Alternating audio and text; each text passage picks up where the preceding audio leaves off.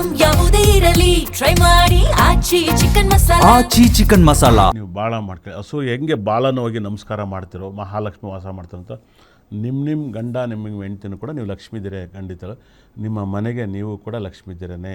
ನೀವು ಕೂಡ ನಿಮ್ಮ ಯೋಗ 100% ವೆರಿ ಸಕ್ಸಸ್ಸನ್ನು ಕೊಡುತ್ತೆ. ಇದು ನೀವು ತಪ್ಪಾಗಿ ತಿಳ್ಕೊಬೇಡಿ. ದಯವಿಟ್ಟು ಇದನ್ನು ನೀವು ಪಾಲನೆ ಮಾಡಿ. ನಿಮ್ಮ ಲೈಫಲ್ಲಿ ತುಂಬ ಒಳ್ಳೆಯದಾಗುತ್ತೆ. ನಿಮಗೆ ಚೆನ್ನಾಗಾದಮೇಲೆ ನಂಗೆ ಕಮೆಂಟ್ಸ್ ಮಾಡಿ ಫೇಸ್ಬುಕ್ಕಲ್ಲಿ, ಹೌದು ಗುರೂಜಿ ನಾವು ತಪ್ಪಾಗಿ ತಿಳ್ಕೊಂಡಿದ್ವಿ ಅಂತ ನೀವು ಹೇಳ್ತೀರಿ. ಯಾಕಂದರೆ ವಿತ್ ವೆರಿ ಸಕ್ಸಸ್ 100% ಪ್ರೆಡಿಕ್ಷನ್ ಕೊಟ್ಟಿದ್ದೀನಿ. ಇದರಲ್ಲಿ ವೃಷಭ ರಾಶಿ ಶುಕ್ರನ ರಾಶಿ ಮಹಾಲಕ್ಷ್ಮಿ ರಾಶಿ ಇರೋದ್ರಿಂದ ನಾನು ಇದನ್ನು ನಿಮ್ಗೆ ಹೇಳಿದ್ದೀನಿ. ಸಖತ್ ವೈರಲ್ ಆಗಿದೆ. ಇದು ತುಂಬ ಬೆನಿಫಿಟ್ ಆಗುತ್ತೆ. ಭಾಳ ಚೆನ್ನಾಗಿ ಅರ್ಥ ಮಾಡ್ಕೊಳ್ಳಿ. ದೇಹದಲ್ಲಿ ಸುಖ ಬಂದಾಗ, ನಿಮಗೆ ಸಂತೋಷ ಬಂದಾಗ ಮೈ ತುಂಬ ಹಗ್ ಮಾಡಿ ಕಿಸ್ ಮಾಡ್ತೀರ. ಆದರೆ ಆ ಜಾಗನೂ ನೀವು ಸಂತೋಷಕ್ಕೆ ನೀವು ಬಳಸ್ಕೊಳ್ಳಿ. ಹಗ್ ಮಾಡಿ ಖುಷಿ ಪಡಿ. ನೀವು ಫೈನಾನ್ಸ್ ಡೆವಲಪ್ಮೆಂಟ್ ಆಗುತ್ತೆ. ತುಂಬ ದೊಡ್ಡ ಇಂಪ್ರೂವ್ಮೆಂಟ್ ಆಗುತ್ತೆ. ಬರೆದಿಟ್ಟು ಕೇಳಿವಾಗ ನೀವು ತುಂಬ ಪ್ರೀತಿ ಮಾಡಿದ್ರೆ ಹಗ್ ಮಾಡಿ ಇಲ್ಲಿ ಕಿಸ್ ಮಾಡ್ತೀರ, ಎಲ್ಲ ಕಡೆ ಮಾಡ್ತೀರ.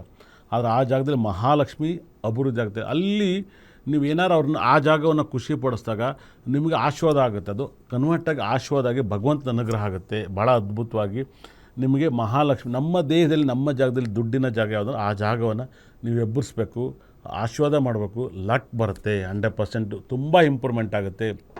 ತುಂಬ ಜನ ಹೇಳಲ್ವ ಹಿಂದೆ ಒದಿಬೇಡಪ್ಪ ಅಂತ ಹೇಳಲ್ವ. ಹಾಗಾಗಿ ಆ ಜಾಗ ಒಡೆಯೋದು, ಬಡಿಯೋದು, ಒದಿಯೋದು ಹಿಂಗೆಲ್ಲ ಮಾಡಿದರೆ ನಾಳೆ ಅವ್ರ ಮನೆ ದರಿದ್ರ ಬರುತ್ತೆ. ಯಾರೋ ಎಷ್ಟೋ ಜನ ಗೊತ್ತಿದ್ದರೆ ಒದ್ಬಿಡ್ತಾರೆ ಹಿಂದ್ಗಡೆಯಿಂದ. ಆ ಒದ್ದಾಗ ಅದು ಶಾಪ್ ಆಗುತ್ತೆ. ಇಲ್ಲ ನಾನು ಅದು ಬಾಯ್ಬಿಟ್ಟು ಹೇಳ್ಬೋದು, ತಪ್ಪಾಗ್ಬೋದು, ನಂಗೆ ಗೊತ್ತಿಲ್ಲ.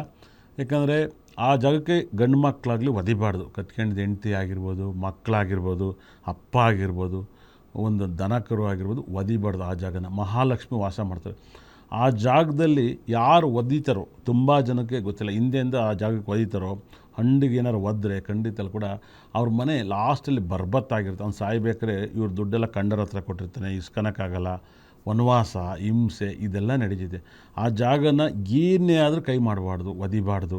ಪೂಜಿಸಬೇಕು, ಗೌರವಿಸಬೇಕು. ಹೆಂಗೆ ಹಸುಗೆ ನಾವು ಪೂಜಿಸ್ತೀವೋ, ಹಸುಗೆ ಕಾಲು ಪೂಜೆ ಮಾಡಿ ಹಿಂದೆ ಬಂದು ಮಹಾಲಕ್ಷ್ಮಿ ಜಾಗನ ಬಾಲ ಎತ್ಬಿಟ್ಟು ನಾವು ಕೈ ಮುಗಿತೀವಿ. ಮಹಾಲಕ್ಷ್ಮಿ ನಂಗೆ ಒಳ್ಳೇದು ಮಾಡವ, ಲಕ್ಷ್ಮಿ ಇಲ್ಲೇ ವಾಸ ಮಾಡ್ತಾಳೆ ಅಂತ. ನಿಮ್ಮ ಇದರಲ್ಲೂ ಕೂಡ ನೀವು ಕೂಡ ಮಹಾಲಕ್ಷ್ಮಿ ವಾಸ ಮಾಡ್ತೀರಂತಲ್ಲ, ಅಲ್ಲಿ ಲಕ್ಷ್ಮಿ ಅಭಿವೃದ್ಧಿ ಆಗುತ್ತೆ. ಯಾರ ಮೇಲೆ ಬಡತನ ಇದೆ, ನಿಮ್ಮ ಯಾರ ಮೇಲೆ ಗಂಡ ಹೆಂಡ್ತಿಗೆ ಅಂಡರ್ಸ್ಟ್ಯಾಂಡಿಂಗ್ ಇಲ್ಲವೋ, ಇಲ್ಲ ಯಾರಿಗೆ ಅಂಡರ್ಸ್ಟ್ಯಾಂಡಿಂಗ್ ಇದೆ, ಆ ಜಾಗವನ್ನು ಕ್ಲೀನ್ ಮಾಡಿ ಒಂದು ಹಗ್ಬಾರ್ಡ್ ಕಿಸ್ ಮಾಡಿ ಖಂಡಿತ ಅಲ್ಲ ಕೂಡ ನಿಮ್ಮ ಫೈನಾನ್ಸ್ ಡೆವಲಪ್ಮೆಂಟ್ ಆಗಿಲ್ಲ ಅಂದರೆ ನನ್ನನ್ನು ಕೇಳಿ ನಿಮಗೆ ಒಳ್ಳೆಯದಾಗುತ್ತೆ. ಮತ್ತು ಮುಂದಿನ ರಾಶಿ ಮಿಥುನ ರಾಶಿಗೆ ಹೋಗೋಣ. ಮಿಥುನ ರಾಶಿಗೆ ಸಕ್ಕಾಬಟ್ಟೆ ಪಾಸಿಟಿವ್ ಮೇಲೆ ಪಾಸಿಟಿವ್. ಕುಟುಂಬದಲ್ಲಿ ಕಿರಿಕು, ಸಂಬಂಧಿಕರು ಫ್ರೆಂಡ್ಶಿಪ್ಪಲ್ಲಿ ಕಿರಿಕಿರುತ್ತೆ. ಅದು ಬಿಟ್ಟರೆ ಮಿಥುನ ರಾಶಿಯವರಿಗೆ ಈ ಒಂದು ತಿಂಗಳು ಮುಟ್ಟಿದ್ದೆಲ್ಲ ಚಿನ್ನ, ಅಷ್ಟ ಐಶ್ವರ್ಯನೂ ಕೂಡ ಮಿಥುನ ರಾಶಿ ಕೊಡ್ತದೆ. ಮಿಥುನ ರಾಶಿಯವರು ಒಂದೇ ಒಂದು ನಿಮಗೆ ತೊಂದರೆ ಆಗ್ತಾ ಇರೋದ್ರಿಂದ ಒಂದು ಸ್ವಲ್ಪ ಹೇಳ್ತಾ ಇದ್ದೀನಿ, ಅರ್ಥ ಮಾಡ್ಕೊಳ್ಳಿ. ನಾಗರ ಕಲ್ಲಿಗೆ ಹಾಲು ಹಾಕಿ ನಾಗಮ್ಮನ ಶನಿವಾರ ಸಹ ಪೂಜೆ ಮಾಡಿ. ನಾಗರ ಕಲ್ಲಿಗೆ ಹಾಲು ಹಾಕಿ ಶನಿವಾರ ಪೂಜೆ ಮಾಡಿದ್ರೆ ಮಿಥುನ ರಾಶಿಯವ್ರ ಪ್ರಾಬ್ಲಮ್ ಕ್ಲಿಯರ್ ಆಗುತ್ತೆ. ಕಟಕ ರಾಶಿಯವ್ರಿಗಂತೂ ಸಖತ್ ಬಹುಮಾನ ಮೇಲೆ ಬಹುಮಾನ ಬರ್ತಾಯಿದೆ. ಜನ್ಮಗುರು ಇದ್ದಾಗ ಗುರು ವನವಾಸ 50-50 ಕೊಡ್ತಾನೆ. ಸೂರ್ಯ 12ನೇ ಮನೆ ಇರ್ತಾನೆ. ಸೂರ್ಯ 12ನೇ ಮನೆಯಿರೋದ್ರಿಂದ ಕುಟುಂಬದಲ್ಲಿ ಸಮಸ್ಯೆ ಹೊಂದಾಣಿಕೆ ಇದ್ದಾಗ 50-50 ಇರುತ್ತೆ. ದಯವಿಟ್ಟು ಹುಷಾರಾಗಿ ಮಾಡಿ ನೋಡಿ. ತಮಿಳ್ ವಿಜಯ್ ಕೂಡ ಕಟಕ ರಾಶಿನೇ ಆಗಿರುತ್ತೆ. ಅವರ ಕುಟುಂಬದಲ್ಲಿ ಗಂಡ ಹೆಂಡತಿ ಎಲ್ಲ ಈ ಥರ ಒಂದು ಪ್ರಚನೆ, ದೇಶವನ್ನು ಕಾಪಾಡುವಂಥ CM ಮನೆಯಲ್ಲೇ ಇಷ್ಟು ಪ್ರಾಬ್ಲಮ್ ಅಂದರೆ ಬೇರೆಯವ್ರ ಮನೇಲೂ ಇರುತ್ತೆ ನೋಡಿ. ಬರೆದಿಟ್ಟು ಕೇಳಿ. ಸೂರ್ಯ ಸ್ಥಾನದಲ್ಲಿರ್ತಾನೆ. ಆದರೆ 18ನೇ ತಾರೀಕು ಮೇಲೆ ಗುರು ಸೂರ್ಯ ನಿಮ್ಮ ರಾಶಿ ಬಂದಾಗ ನಿಮ್ಮ ಸಂಬಂಧಗಳು, ನಿಮ್ಮ ಜಗಳಗಳು ಎಲ್ಲವೂ ಕೂಡ ಕ್ಲಿಯರ್ ಆಗುತ್ತೆ. ನಿಮಗೇನು ಅಂಥ ಪರಿಹಾರ ಅಂತ ಏನು ಬೇಕಲ್ಲ, ನಿಮ್ಮ ಟೈಮ್ ತುಂಬ ಚೆನ್ನಾಗಿದೆ, ನಿಮಗೆ ಒಳ್ಳೆಯದಾಗುತ್ತೆ. ಸಿಂಹ ರಾಶಿಗೆ ಕೇತು ರಾಶಿಲಿದ್ದಾನೆ. ಕೇತು ರಾಶಿಲಿರೋದು ಭಯಂಕರ ಕೆಟ್ಟದ್ದು. ಭಯಂಕರದ ಒಂದಲ್ಲ ಒಂದು ಸಮಸ್ಯೆ. ಎಮ್ಮನ್ ಅಕ್ಷರ ಭಾಳ ತೊಂದರೆಯನ್ನು ಕೊಡ್ತೈತೆ. ಎಮ್ಮನ್ ಅಕ್ಷರ ನೀವು ನೋಡ್ಬೋದು. ಮುತ್ತತ್ತಿಲಿ ಕಾಲು ತುಣಿತಿದ್ದ ಸತ್ತೋದ್ರು ಖಂಡಿತ ಅಲ್ಲಿ ಕೂಡ ಒಂದು 5 ಜನ. ಅದು ಕೂಡ ಎಮ್ಮನ್ ಅಕ್ಷರ. ನಾನು ತುಂಬ ಸರಿ ನನ್ನ ಇನ್ಸ್ಟಾಗ್ರಾಮಲ್ಲಿ ಹಾಕಿದ್ದೆ, 1 ಮಿಲಿಯನ್ ದಾಟೋಗಿತ್ತು. ಆರ್ಯವರ್ಧನ್ ಕ್ರಿಸ್ಟಲ್ ನ್ಯೂಮರಾಲಜಿ ಅದರಲ್ಲಿ ತುಂಬ ಜನ ಹೌದಾ ಹಂಗಾಗುತ್ತೋ ಹಿಂಗಾಗುತ್ತೋ ಅಂತೆಲ್ಲ ನೆಗೆಟಿವ್ ಕಮೆಂಟ್ ಹಾಕಿದರು. ಇವತ್ತು ಪ್ರಾಣನೇ ಹೋಗಿತ್ತು. ಅವ್ರ ಮನೆಗೆ ಹೋಗ್ಬಿಟ್ಟು ಅವರೆಲ್ಲ ಬದುಕಿಸ್ತಾರಾ? ಪ್ರಾಣ ಹೋಗಿದ್ದವ್ರ ಮನೆ ಬದುಕಿಸ್ತಾರಾ? ನೋಡಿ, ಮುನ್ನಾಲೋಚನೆಯಿಂದ ಹೇಳ್ತಾಯಿದ್ದೀವಿ. ಕಮೆಂಟ್ಸ್ ಮಾಡೋರಿಗೆ ದಯವಿಟ್ಟು ಹೇಳ್ತೀನಿ, ನಮಗೆ ಕಮೆಂಟ್ಸ್ ಮಾಡೋರೆ ಜಾಸ್ತಿ ಜನ ನೋಡೋದು. ನಮ್ಮ ನೆಗೆಟಿವ್ದೇ ನಮ್ಮನ್ನು ಮೆರೆಸೋದು, ಕೋಣಿಸೋದು. ಪಾಸಿಟಿವ್ ಇರೋದು ನಾವು ಅದನ್ನೇನೂ ಮಾಡಲ್ಲ. ಹಾಗಾಗಿ ನನಗೆ ಖುಷಿ ಇದೆ. ನೆಗೆಟಿವ್ ಕಮೆಂಟ್ಸ್ ಮಾಡೋರ ಮೇಲೆ ನಂಗೆ ತುಂಬ ಖುಷಿ ಇದೆ. ಕೆಟ್ಟದೇನಂತೀರ ಅದು ನಿಮ್ಮ ಹಕ್ಕು. ನೀವೇನು ಬೇಕಾದ್ರೂ ಹಾಕ್ಬೋದು, ನಾನೇನು ಬೇಜಾರಿಲ್ಲ.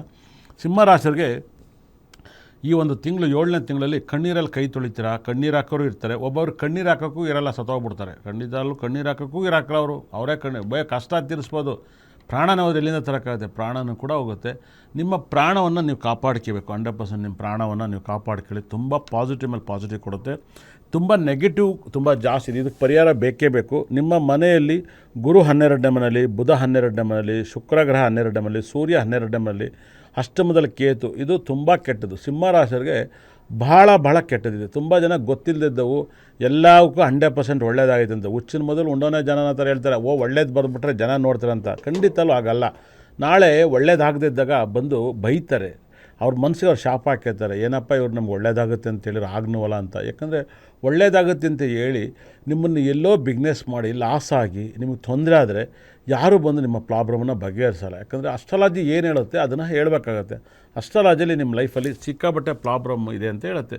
ಸಿಂಹರಾಶಿಗೆ ಒಂದಲ್ಲ ಒಂದು ಸಮಸ್ಯೆಗಳು, ಕಷ್ಟಗಳು, ತುಂಬ ಆಘಾತಗಳು ಇದ್ದಾವೆ. ಇದಕ್ಕೆ ನೀವು ಒಂದು ದಿವಸದಲ್ಲಿ ಕಂಪ್ನೀಲಿ ಕುತ್ಕೊಂಡು ಕೆಲಸನ 8 ಅವರ್ ಮಾಡ್ತೀರ, 12 ಅವರ್ 10 ಅವರ್ ಡ್ಯೂಟಿ ಮಾಡಬೇಕು. ಆವಾಗ ಅದು 4 ಅವರ್ ಥರ ಲೆಕ್ಕ ಆಗುತ್ತೆ.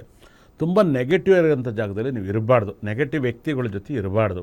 ಹಾಗಾಗಿ ನೀವು ಸಿಂಹರಾಶಿಯವರು ಯಾವಾಗಲೂ ಕೂಡ ನಿಮ್ಮ ಕೈಯಲ್ಲಿ ಭಾಳ ವಿಶೇಷವಾಗಿ ನೀವು ಬರ್ಕೋಬೇಕಾಗಿರೋದು ಮತ್ತು ಹೇಳ್ಬೇಕಾಗಿರೋದು ಭಾಳ ವಿಶೇಷವಾಗಿ ನೀವು ಸಿಂಹರಾಶಿಯವರಿಗೆ ಲಕ್ ಅಂತ ತಂದುಕೊಡೋದೆ ಒಂದು ಮಿರಾಕಲ್, ಕುಜಗ್ರಹನ ನೀವು ಆರಾಧಿಸಬೇಕು. ಕುಜನ್ನ ನೀವು ಆರಾಧಿಸಿದಾಗ ನಿಮ್ಮ ಲೈಫಲ್ಲಿ ತುಂಬ ಒಳ್ಳೆಯದಾಗುತ್ತೆ. ನಿಮ್ಮ ಲೈಫಲ್ಲಿ ಸಿಂಹರಾಶಿಯವರಿಗೆ 497 ಅನ್ನೋ ನಂಬರ್ನ ನೀವು ಬರೆದ್ರೆ ನಿಮ್ಮ ಲಕ್ ಬರುತ್ತೆ. 497 ಇದು ತುಂಬ ಪಾಸಿಟಿವ್ ಬರುತ್ತೆ. ದಯವಿಟ್ಟು ಬರ್ಕೊಳ್ಳಿ.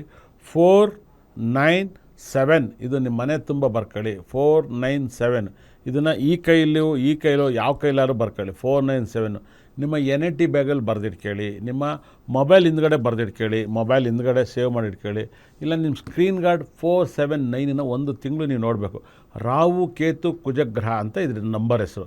ನಂಬರ್ 4 ರಾಹು ಗ್ರಹ, ನಂಬರ್ ಕೇತು ಬಂದು 7 ಬಂದು ಕೇತು ಗ್ರಹ, 9 ಬಂದು ಕುಜಗ್ರಹ. ಅಂದರೆ ರಾಹು ಕುಜ ಕೇತು ಗ್ರಹನ ಬರೆದಿಟ್ಕೊಳ್ಳಿ. ಮತ್ತು ಬರೆಯೋಕ್ಕೆ ಆಗದೇ ಇದ್ದಂಥವ್ರು ಯಾರು ಇದ್ದರೆ ನಿಮ್ಮ ಮನೆಯಲ್ಲಿ ಭಾಳ ಚೆನ್ನಾಗಿ ಅರ್ಥ ಮಾಡ್ಕೊಳ್ಳಿ. ಉದ್ದಿನ ಕಾಳು ಮತ್ತು ತೊಗರಿಬೇಳೆ ಮತ್ತು ಹುಳ್ಳಿಕಾಳು, ಈ 3 ಕಾಳನ್ನು ಸುಮ್ಮನೆ ಹಿಂಗೆ ಮಿಕ್ಸ್ ಮಾಡ್ತಾ ಇರೋದು. ಸುಮ್ಮನೆ ಏಜ್ ಆದವ್ರಿಗೆ ಹಿಂಗೆ ಕೊಟ್ಟು ಕೊಟ್ಬಿಟ್ಟು ಹಿಂಗೆ ಆಟಾಡಿಸಿ ಅನ್ನೋದು. ನೀವು ಅಷ್ಟೇ ನಿಮ್ಮ ಆಫೀಸಲ್ಲಿ ಕೂತಿದ್ದಾಗ ಉದ್ದಿನ ಕಾಳು, ಹುಳ್ಳಿಕಾಳು, ತೊಗರಿಬೇಳೆ ಇದು ತಗೊಂಡು ಸುಮ್ಮನೆ ಹಿಂಗೆ ಮಕ್ಕಳದ್ದು ಆಟಾಡಿಸ್ತಾ ಇರಿ. ತುಂಬ ಪಾಸಿಟಿವ್ ನೆಗೆಟಿವ್ ಪಾಸಿಟಿವ್ ಬರುತ್ತೆ. ಏನು ಸಿಂಹರಾಶಿಗೆ ಇಷ್ಟೊಂದು ನೆಗೆಟಿವ್ ಹೇಳ್ತಾಯಿದ್ದೀನೋ ಇದೆಲ್ಲವೂ ಕೂಡ ಮಂಗಮಾಯ ಆಗುತ್ತೆ. ನಿಮ್ಮ ಪ್ರಾಬ್ಲಮ್ಗೆ ಬರುವಂಥ ತೊಂದರೆಗಳೆಲ್ಲವೂ ಬಗೆಹರಿಯುತ್ತೆ. ದಯವಿಟ್ಟು ಇದನ್ನು ಮಿಸ್ ಮಾಡಲು ಈ ಥರ ಉಜ್ಜಕ್ಕೆ ಸ್ಟಾರ್ಟ್ ಮಾಡಿ. ಒಂದು ಉದ್ದಿನ ಕಾಳು, ತೊಗರಿಬೇಳೆ, ಹುಳ್ಳಿಕಾಳು ಇವನ್ನ ಒಂದು 3-4 ಹಾಕಿಕೊಂಡು ಸುಮ್ಮನೆ ಹಿಂಗೆ ಅನ್ನೋದು, ಸುಮ್ಮನೆ ಈ ಥರ ಅನ್ನೋದು ಭಾಳ ಎನರ್ಜಿ ಬರುತ್ತೆ. ತುಂಬ ಪಾಸಿಟಿವ್ ಮೇಲೆ ಪಾಸಿಟಿವ್ ಬರುತ್ತೆ. ಈ ಜಾಗವನ್ನು ಉಜ್ಜಿದಾಗ ತುಂಬ ಪಾಸಿಟಿವ್ ಬರುತ್ತೆ. ಅದ್ಭುತವಾದ ಸಕಲ ಸಂಪತ್ತು ಐಶ್ವರ್ಯ ಬರುತ್ತೆ. ನಿಮ್ಮ ಮನೆಯಲ್ಲಿ ತುಂಬ ಪಾಸಿಟಿವ್ನ ಮೇಲೆ ಕೊಡೋದ್ರಿಂದ ಪಾಸಿಟಿವ್ ಮಾಡ್ಕೊಳ್ಳಿ, ತುಂಬ ಒಳ್ಳೆಯದಾಗುತ್ತೆ. ಅದೇ ರೀತಿಯಲ್ಲಿ ಸಿಂಹರಾಶಿಯರು ಬಹಳ ವಿಶೇಷವಾಗಿ ಈಶ್ವರರಿಗೆ ಅತಿ ಹೆಚ್ಚು ಅಭಿಷೇಕವನ್ನು ಮಾಡಿಸಿ ನಿಮ್ಮ ಪ್ರಾಬ್ಲಮ್ ಕ್ಲಿಯರ್ ಆಗುತ್ತೆ.